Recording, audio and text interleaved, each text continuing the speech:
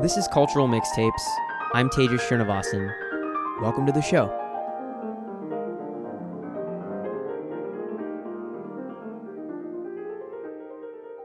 Imagine writing a history of the world from the perspective of a small California town that stretches less than 30 square miles. That's exactly what Malcolm Harris did. His new book, Palo Alto, A History of California, Capitalism, and the World, was published earlier this year by Little Brown and Company.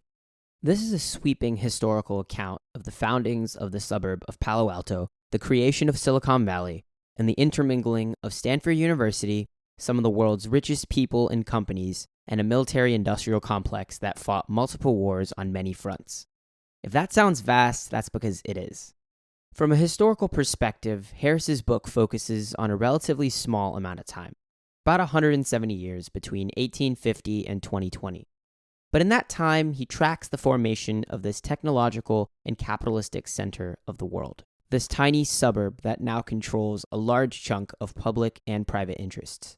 Malcolm is less interested in exploring the technological and entrepreneurial innovations that have occurred here, but rather sees the entire project of Palo Alto as a symptom of capitalism that's inextricable from the culture of the area. He's focused on highlighting the most important resource of Palo Alto, which is the land itself. The land that Native American tribes were forced out of, and the land that became the center for the unrelenting waves of capitalism. Eduardo Galeano wrote his famed book, Open Veins of Latin America, to describe the economic, colonial, and imperial pillaging of an entire continent. To use his metaphor, Harris's goals are set on exposing the veins of Palo Alto and showcasing how institutions that were fundamentally created without a mandate on stolen land now have a level of wealth and influence that escapes control.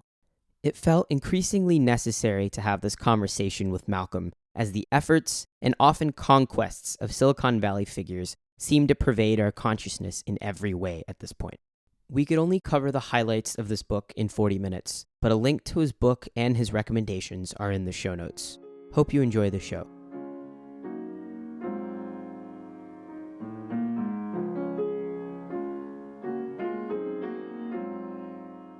Malcolm Harris, thank you so much for being here. Welcome to the show. Thanks so much, Tejas, for having me. To start off, you were raised in Palo Alto. In the book that you wrote, you mentioned the high school that you went to. It was attended by several Silicon Valley figures. But I'm interested in what led you to writing this version of the book, which rivals the AP US history textbook that I used a few years ago called The American Pageant in length. And your book chooses to leave no stone unturned in the history of this pretty tiny suburb. What led you to writing the book in this way? Well, I was originally going to write it much more like memoir-y, because that's how I sold it to my publisher. You know, it's a lot easier to sell a book, especially as a younger writer without a graduate degree on a specialized topic like this. If you can link your own story to it, and I could. And there are a lot of writers who do a really good job weaving together the sort of personal and historical into like really great books. But then when I started writing it, I didn't like that material very much. I just didn't think it was very good. It wasn't working with the historical material. And the historical material was better than I thought it was going to be. And I had way, way more of it than I thought there was going to be. You know, I wrote a fair amount of that sort of like personal memoir-y stuff. But I talked with my editor and I was like, look, I don't think this is working very well. I want to do this other stuff. I don't think I have space for it. And she agreed, and we dropped that. And it ended up being just like a much straighter history book. You said you had a lot of this historical material. In terms of like research of the history, where did you turn to get the information that you were getting? Books mostly. So I started this at the beginning of the pandemic, and so it's very hard to get into archives, especially someone without academic credentials. And so I just sort of dived into the California history canon, which is substantial, but not as long or varied as other parts of American history, because it's literally a shorter time period. Yeah. As well as there's been like less focus on it, right? So if you're going to do like a history of Boston, you have to deal with like 400 plus years of history or whatever. Whereas history of California is less than 200. If you're looking at the Alta California and you're looking at the Anglo-American period. So I was lucky that there was a tighter period that I'm looking at. But there's a pretty well-developed canon of general history books, and then there's a lot of the best work about the Bay Area and the South Bay in particular has been done not in history but in ethnic studies, in various parts of ethnic studies, whether it's Chicana studies, Black studies, Indigenous studies, women's studies. And so there's a lot of that intellectual output that I was working with, a lot of intellectual production from the last quarter of the 20th century and the last beginning of the 21st century out of those subject areas. There were like new digitizations of archival books. And so like one of those that I use at the beginning where I'm talking about the Palo Alto stock farm is this guide to the Palo Alto stock farm written by the guy who managed it, Charles Marvin. Yeah. And he published this guide to the trotting horse. It's this long ass book. It's not really cited very much, even though it's fantastically interesting, I think.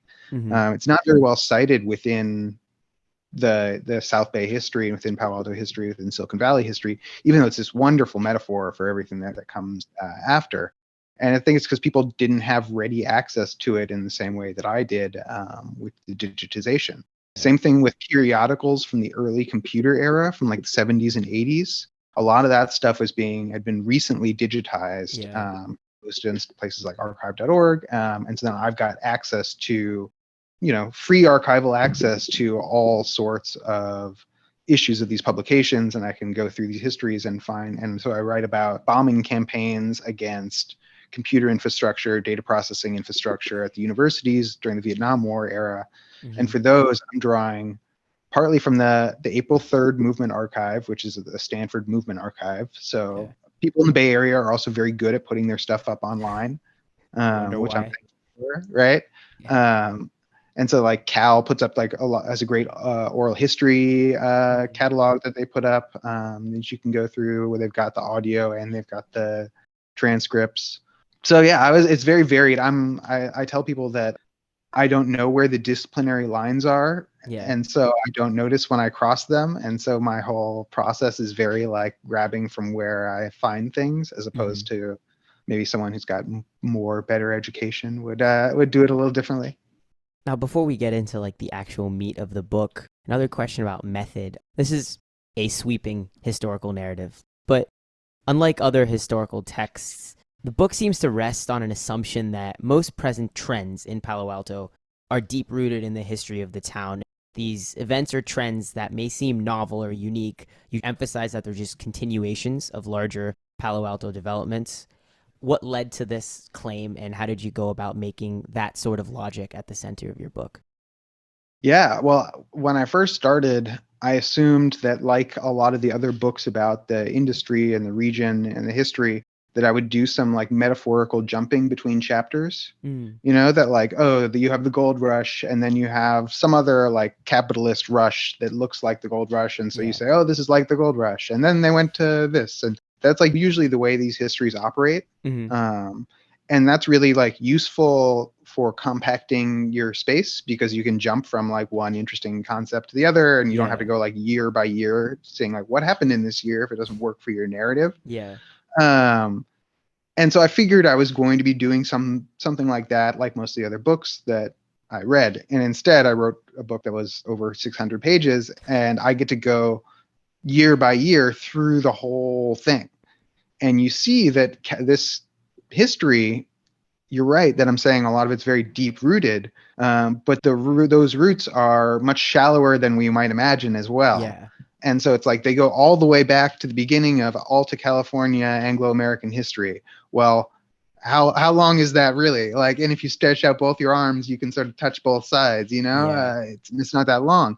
And so a character like Herbert Hoover, who is part of the first class of Stanford University, graduates in 1895, doesn't die till 1964.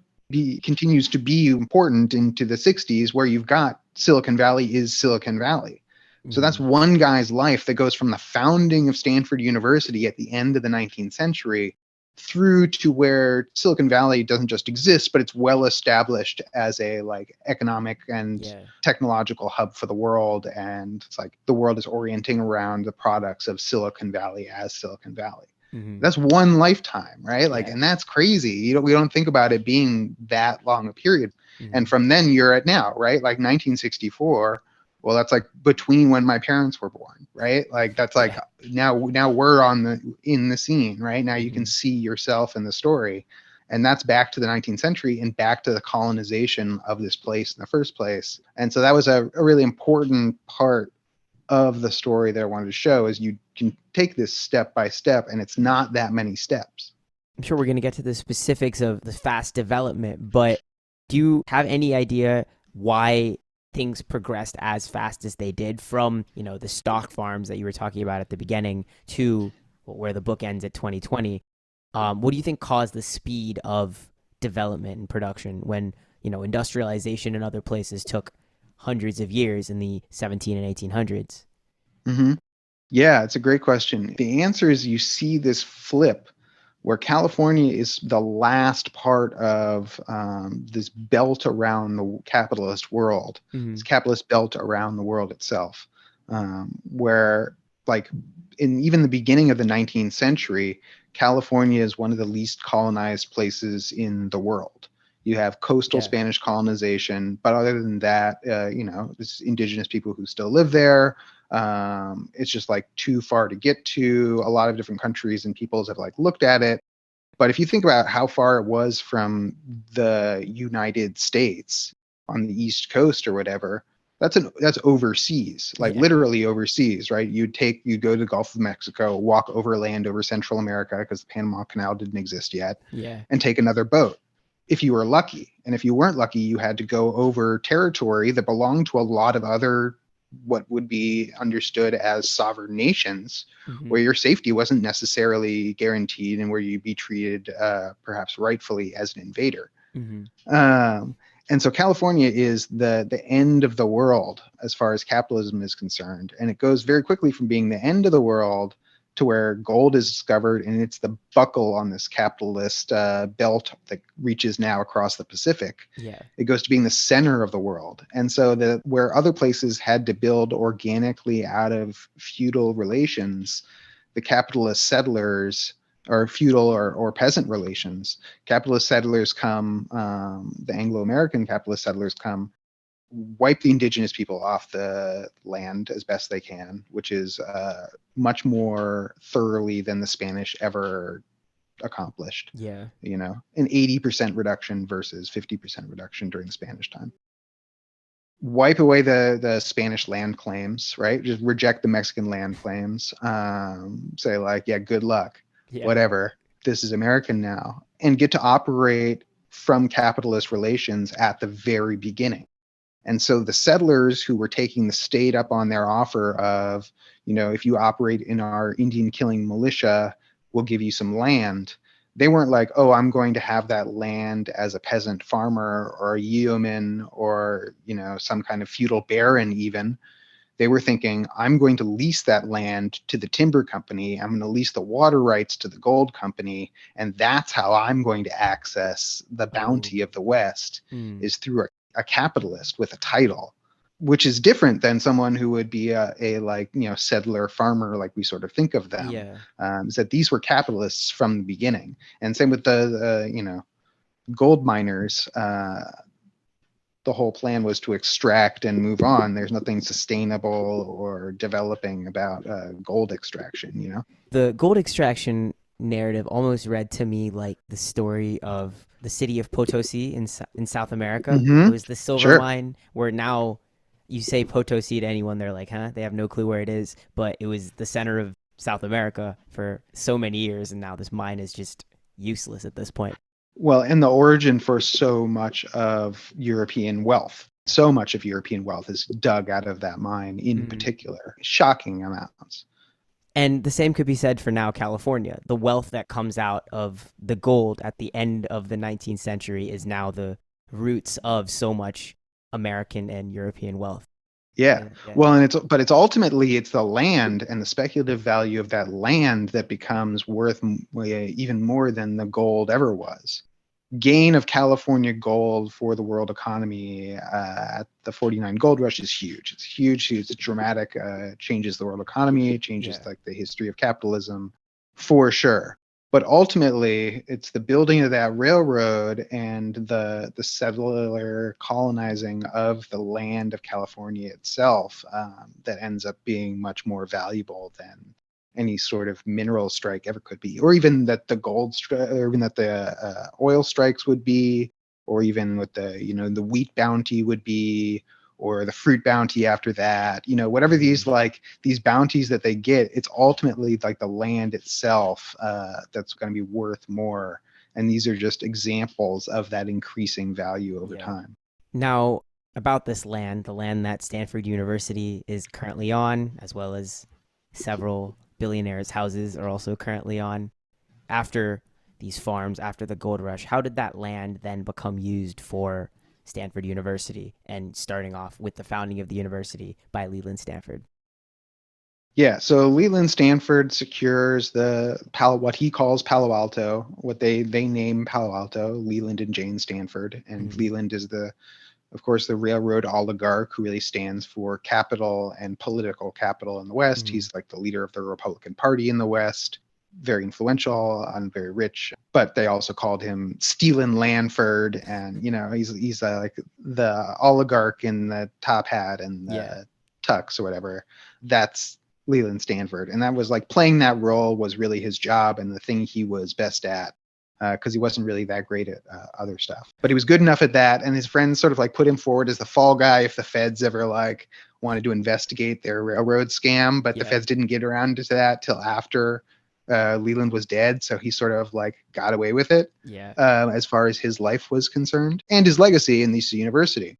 But one threat he faced as the head of the railroad was that the Working Men's Party, which was this offshoot of the International Labor Organization in California, was targeting him for the hiring of Chinese immigrant laborers to build the railroad.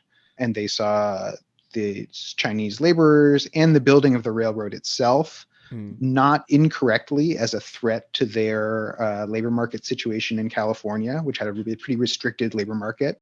And you can sort of understand where they're coming from in terms of if you like took the wagon to get out to California and out there wages are really high.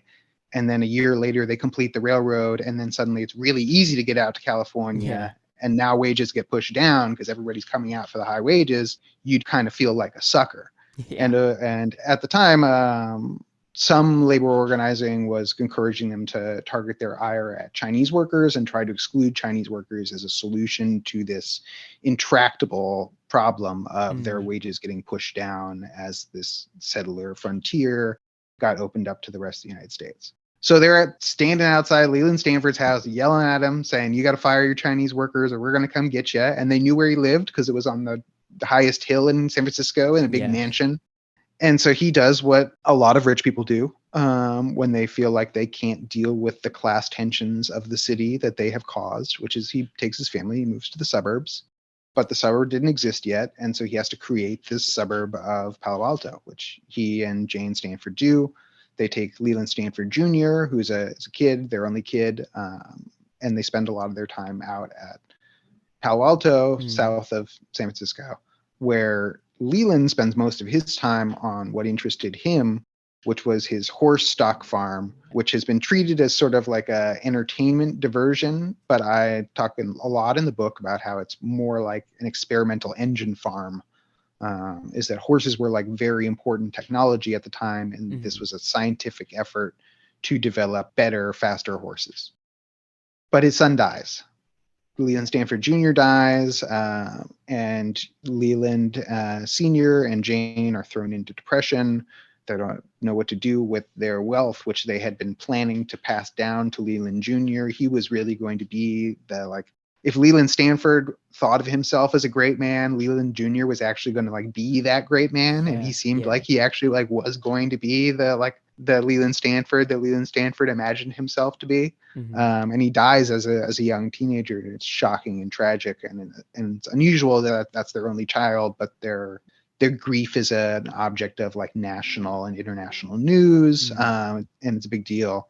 But so is this question of their fortune and what Yeah. then happens to their fortune if they're a childless couple who's one of the richest people in the world.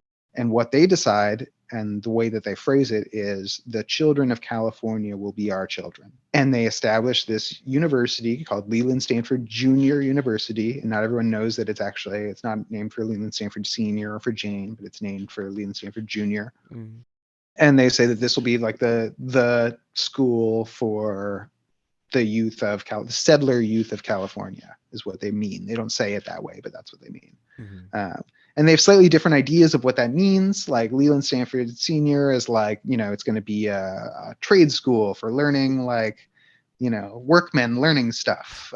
He's very into like learning the technological instruments of the future or whatever. Whereas Jane Stanford is very much like they're going to learn philosophy and spiritualism and like the sciences of the future, but the sciences of the future were very like, ghost stuff, she was really into like philosophy and psychology at the time also meant like parapsychology, which she was also somewhat interested in, and spiritualism. And they actually did build a museum that was the biggest private museum in North America, I believe, on what is now the Stanford campus, which was the memorial museum to Leland Stanford Jr., which was as important to the university itself, to Jane in a lot of ways, to house Leland Stanford Jr.'s extensive antiquities collection, because what good is like a rich 13-year-old if he doesn't have an antiquities collection? There's an earthquake in 1906, soon after the death of Jane Stanford, that levels that building. And so the Stanford we know is sort of built on top of that Stanford with the remnants of it. And so it's not quite the same school that was built at the time. The Stanford that we know comes directly out of it, becomes out of the early 20th century. But there's a little bit of a disjuncture between the founding Stanfords and the Stanford we know now. You talked about the horse farm that Leland Stanford had and was very invested in. The way you write about that is very interesting, because I think when you're unearthing how he went about training his horses and I guess trying to weed out the weak and finding the best horse, this one man's pursuit seems to describe this Silicon Valley attitude that then persisted over the next 100 years and more. I think it's a culture of forced excellence. Can you talk about this culture of forced excellence and how it stemmed from there? Yeah, it's an interesting way to put it. So when they started this stock farm for trotting horses, and trotting horses rather than racing horses, or trotting horses are kind of racing horses, but unlike thoroughbreds, which are going as fast as they can, trotting horses have to pull a carriage behind them. Yeah. And so they go at a trot and not a gallop. And so they simulate a horse not like at play, but at work. And so when you're trying to manufacture a better trotting horse, what you're really trying to do is manufacture a better workhorse. Yeah. And horses in the United States at the time were the power for everything. They were the power for agriculture. They dragged agricultural implements. They were power on the military battlefield. They dragged, cannons and provisions and everything like that. Transportation, they dragged streetcars and they dragged boats through canals. Like all sorts of every part of the economy relied on horses. And the system was actually very fragile. In the 1870s, there was a zoonotic outbreak of influenza that infected approximately 100% of American urban horses and killed about 1% of them.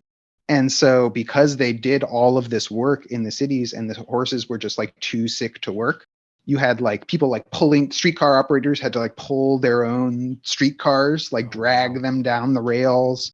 The city of Boston burned down because they couldn't get fire trucks because the fire trucks were dragged by horses and all the horses were sick. And so this question of like, we need better, stronger, more resilient horses was very serious. And Leland Stanford tackles this in a number of different ways. The best way we know about, maybe the most famous way, are the motion pictures of Edward Muybridge, because the first motion pictures, the invention of like movies, was part of the like data analysis project that he was doing for these horses. Yeah. And so we usually tell the story as like about those pictures of the horses as instead of about the horses themselves, but it's the horses themselves that were really important. The pictures were just like an indication of just how big and sophisticated this operation was, and it was Yeah. the largest such farm anywhere in the world. But the key to what they were doing was a system that Stanford and the head trainer Charles Marvin devised called the Palo Alto system.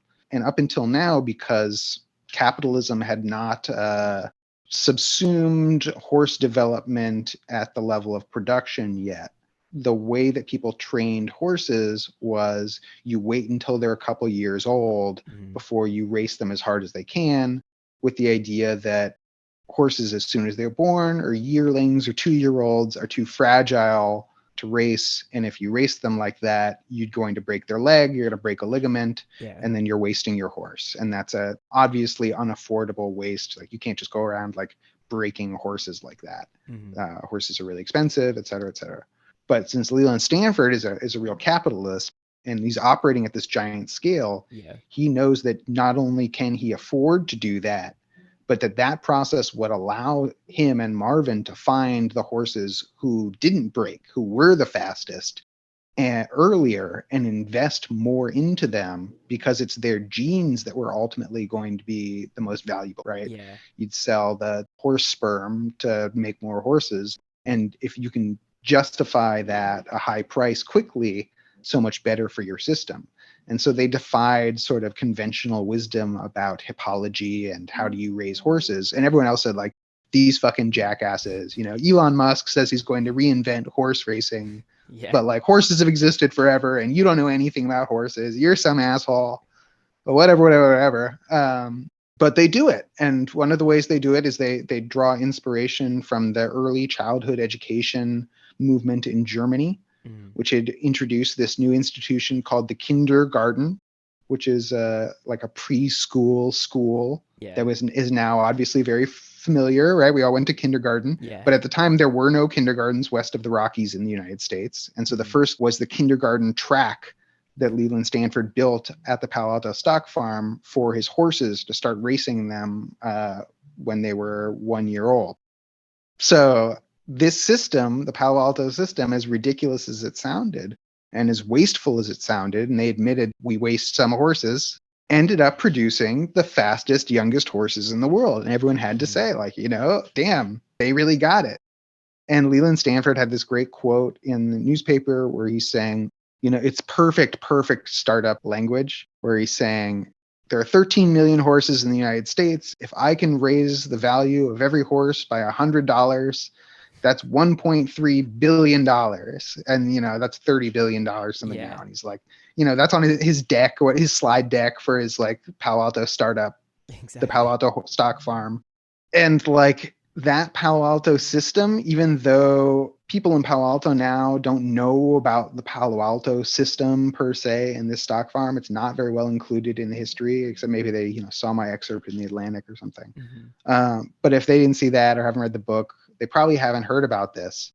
And yet the values that underlie it, right, that like disruption, scale, speed, youth, disregard for waste, heavy capital investment, all this like this disruptive investment thesis from the beginning, the idea that you can like transform whole industries with your like hyper logic, the idea that capitalists have a different kind of like insight into the world than everyone else, the startup founder mythology, whatever.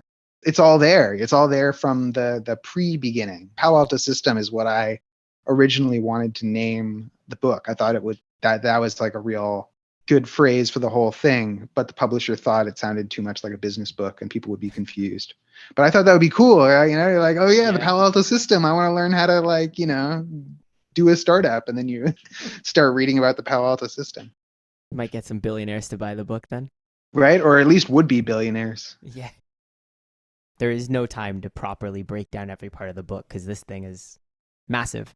But I guess carrying the same idea of this developmental system that was started off in this horse stock farm, it really struck me when you started talking about war in the first half of the 20th century and then carried out throughout the 20th century, how deeply entangled the industrial companies of Palo Alto are with the American military industrial complex.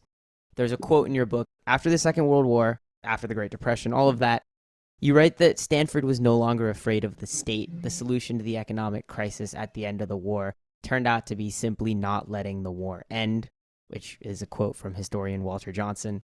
And then you say that the Cold War was a real long war and millions of people died. To speak of the American post-war economy or state in the 1950s is not to talk about a country at peace, but a country finished with peace altogether, a nation that has embraced a permanent conflict. A quest for constant development with no regard for loss. How does that lead to a nation that has embraced a permanent conflict? What is the signature product of Palo Alto, of Silicon Valley in the post-war, what we call this post-war era, post-World War II era? And people would say the silicon chip, presumably. They'd say the personal computer. If they're like pretty young, maybe they say like, the internet. They invented the internet back then, right? Which is sort of true. It's not incorrect. It wasn't like commoditized till later. But honestly, if you're looking back from 2022, like the gap between 1965 or whatever and 1985 and where they are is not very long. That is the same period as far as you're looking. That's the post-war period, right? Like that's where we are from the 21st century. And so if you say like the internet, the router or the modem was like the product of the post-war Palo Alto, post-war Silicon Valley, like you wouldn't be wrong per se. You wouldn't be like, oh, you're an idiot. Like you have no history like that. No, that's sort of true. And I sort of shared that impression. But if you really like look at the history and you understand what Palo Alto is actually producing at the time and what these tools are being used for, and not just the silicon chips, but like the electronic testing tools, which was so much of what the big firms in Palo Alto were producing, where they're like the tools to do electronics production. And that the entire first generation of silicon chips that gets made in Palo Alto, gets made in the Bay Area, gets made in Silicon Valley, goes into the Minuteman I nuclear missile. And that we think of nuclear missiles as being like built in Southern California, maybe, or like we think of uranium extraction, or we think of, where do nukes come from? We don't think of the electronics industry because they are subcontractors and they intentionally set themselves up as subcontractors. But if you look at their composition by value, what are missiles actually made out of? It's not the big, steel plates or whatever are what cost a lot for a bomb or for a missile. It's not like the physical object, it's the electronic. And that's what those in addition to the nuclear payload, but even more than the nuclear payload in some ways, were these electronics that had to be produced for these things. The problem with electronics that were based on like light bulbs, what were effectively light bulbs, is that you couldn't put them in planes, you couldn't put them in rockets because they weren't stable enough. And so you needed a solid state transistor to do that sort of avionics work, to create missiles and to create planes that would drop bombs. And that's what Palo Alto was for. And that's, again, like one step away. Like we're still in the same world as Herbert Hoover, who was a mining engineer digging up coal in China after graduating from Stanford. It's very, very quick. And especially now when we look back from the 21st century, we should see it all as very, very quick and like this contained history, like in a book.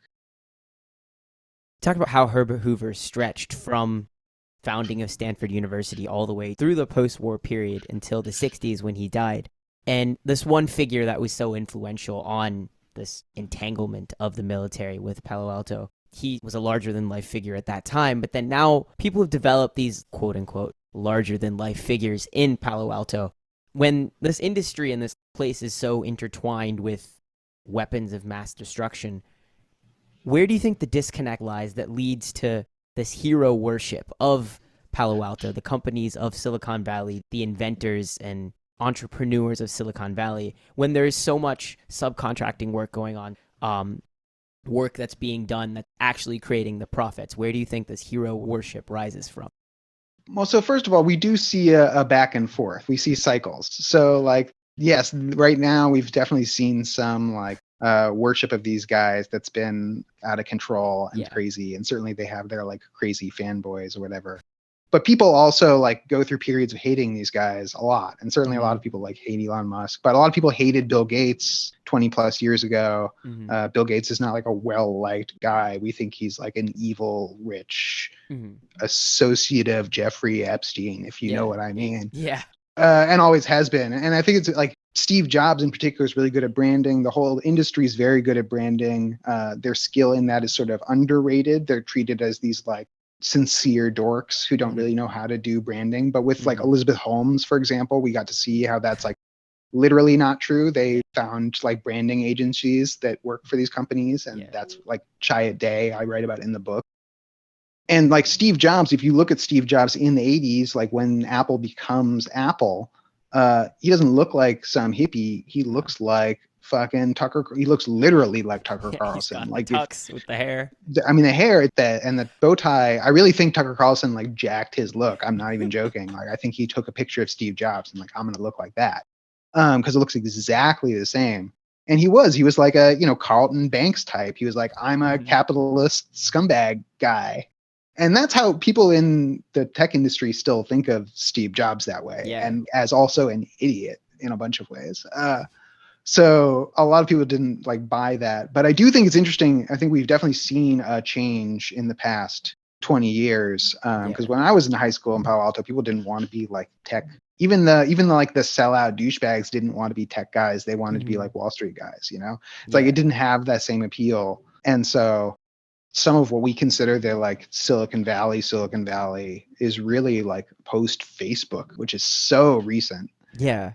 When you say like things that we consider Silicon Valley, my mind immediately went to like Peter Thiel and Palantir. Mhm. Why do you think people like that and companies like Palantir, who are probably more influential than most people know, why do you think that in all the defense contracting, why do you think that's all been swept under the rug and not as well known as what we talk about when we talk about Silicon Valley? Yeah, they're good at branding. We also use a lot of their products a lot these days. In particular, Mm. Silicon Valley has inserted itself into our lives in a number of different places. And so we don't talk about like, oh, let's have a video call. We say like, oh, let's have a Zoom, or whatever, Yeah. like, and even though it's just like literally the same team as Cisco WebEx, it's the same thing. It doesn't matter, but like they hit the right brand. And so that's what it is now. Mm-hmm. And so we think about the like consumer products more than the subcontracting or now prime contracting for defense contractors. But one of the, I think the most promising areas in workplace and worker organizing among tech is people pointing out and protesting and trying to stop military contracts at the places they work. That was Mm-hmm. like the Google stopping the Project Maven, Yeah. like drone site project was, I think, a real like important step forward.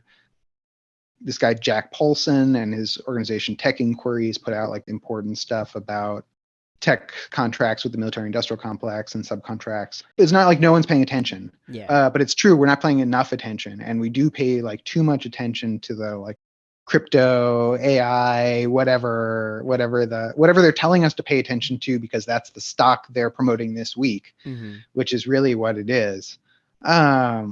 And more on the like long actual purpose of Silicon Valley within global history, which is what I wanted to focus the book on, and what we've been talking about and where people need to be directing their attention now.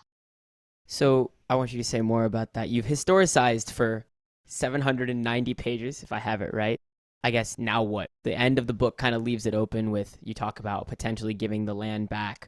Where should people be focusing energy on to where another century of this is different than the 20th century, basically? That's a good question. In the end, I do talk about land back. I talk about the Muwekma, which is an existing tribal organization in the Bay that claims and is recognized by Stanford and a number of other organizations Mm-hmm.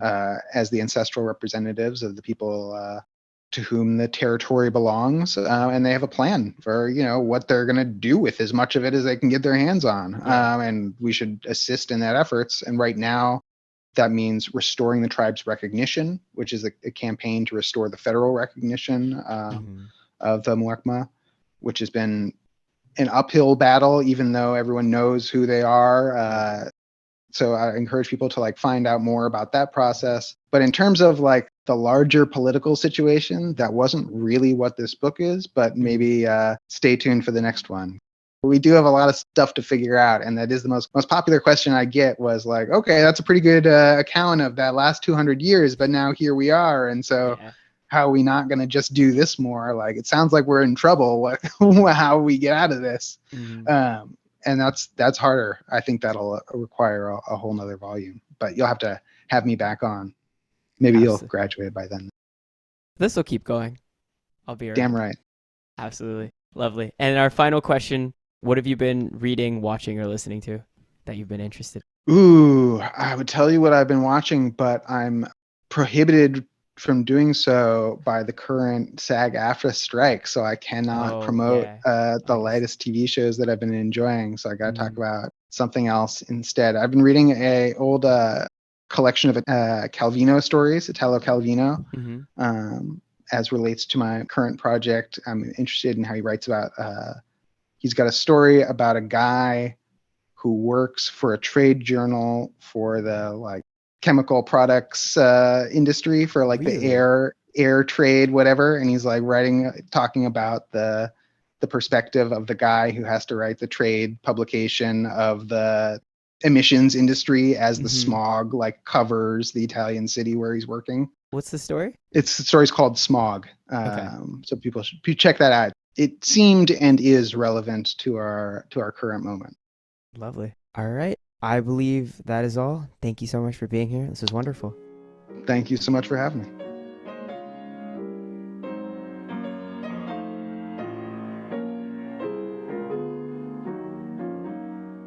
And that's our show. Special thanks to Malcolm Harris for our conversation today.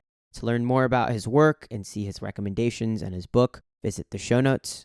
Cultural Mixtapes is written and produced by me, Tejas Srinivasan. The music you heard on today's episode was Beethoven's Sonata No. 26 and Chopin's Sonata No. 2, recorded by me. If you liked what you heard, please subscribe, review, and share on Spotify, Apple Podcasts, and wherever you listen. Thank you very much for listening.